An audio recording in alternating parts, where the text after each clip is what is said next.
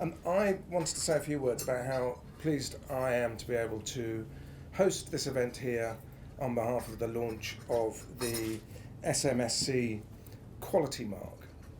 Spiritual, moral and social and cultural education. I don't think there's ever been a more important time for us to find space in the curriculum in order to be able to teach that and in order to be able to learn more for ourselves and with learners about those things. I was reflecting on this last week here in the Lords. On Thursday we had a debate on the EBAC and whether or not it was narrowing the curriculum and causing a problem for creative and technical subjects. I happen to be of the view that it is causing a bit of a problem in focusing time too much and incentives too much on traditional academic learning over some of the other things that we might want to do.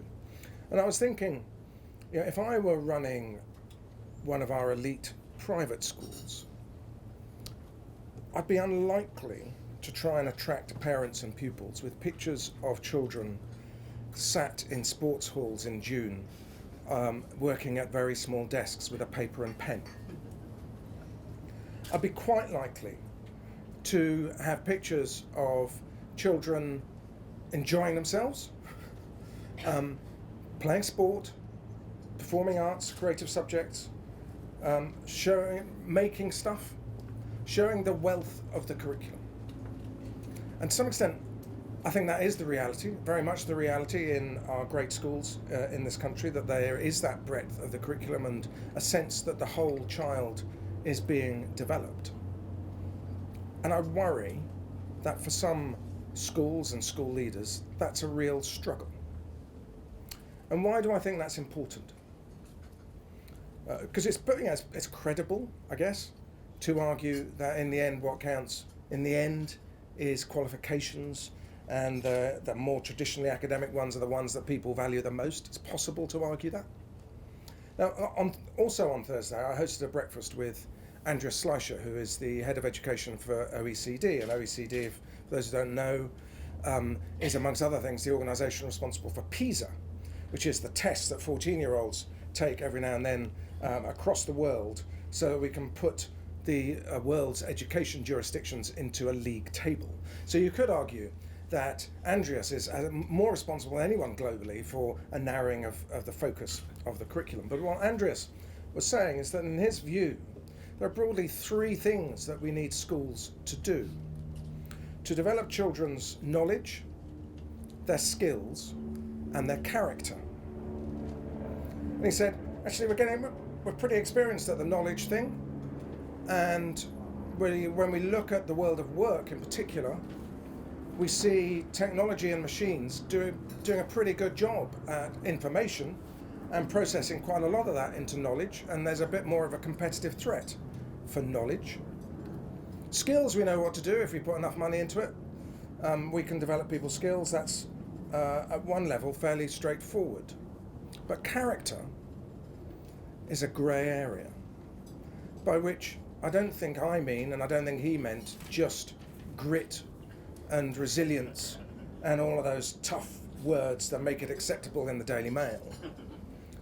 I think by character we mean, yes, the things that employers really value, the ability to work collaboratively and to communicate well, and lots of other words beginning with C. But I think it's a lot to do with how you relate to other people. It's a lot to do with your moral compass, with how you fit into our culture. It's a lot to do with SMSC.